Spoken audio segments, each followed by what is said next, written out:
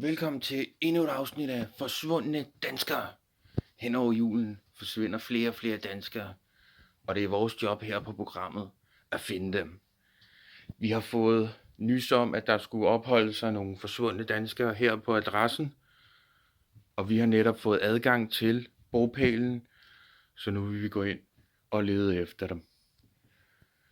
En af dem skulle efter sigende have fødselsdag, så det vil være en kæmpe sejr at finde dem. Fordi dem, der er kommet med requesten, de er bekymrede. Vi kan se, at vi er gået ind i stuen nu. Hvad sagde, kan jeg ikke flippe det her lort? Sagt så er vi i stuen nu, og det ligner, at der er spor af folk, der har været her. Der er pyntet op med flag. Der er en fin juledug også. Kæft et træ. Det er det flotteste træ, jeg har set længe. Det kan folk, der forsvinder hen over julen, det kan de ikke finde på at gøre. Så de må være her. Men vi leder videre, fordi der er ikke tegn på bevægelse nogen steder. Og der plejer at sidde en der, det kan man se. Vi går videre ud i køkkenet. Småkager. Satan, småkager. Ej, det er ærgerligt, at vi ikke må tage nogle af dem før i morgen. Der er sgu tomt, du. Og der er bælragende, du. Nå, vi går videre. Fordi et er, at man forsvinder hen over julen, men noget andet er, at man gør det på sin formodede fødselsdag. Vi har jo ikke mødt de her mennesker, men de har jo nok en god grund. Vi går videre. Satan. Der er bid. Det kan jeg se med det samme.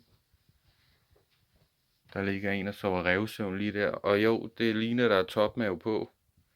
Og rygterne gik ellers på, at hun havde tabt sig utrolig meget og ser fuldstændig vanvittigt godt ud. Men ej, men jeg tør slet ikke at rive den dyne af, du. Så kan I godt vågne op. Helvede. Det viser jo så, at det vi formodede var en af de forsvundne danskere, var en bunke vasketøj. Og sådan er det jo i det her program jo. At man finder ikke altid det, man håber på. Men der er pyntet op. Både til jul og fødselsdag. Og det ser ganske nydeligt ud, må man sige. Og ja. Jeg håber, I får en god dag.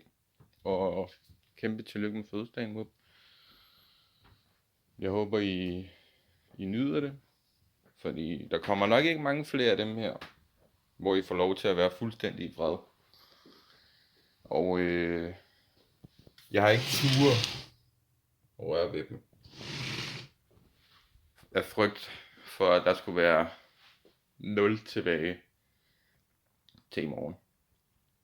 Så ja, tillykke igen, og ja, vi ses snart.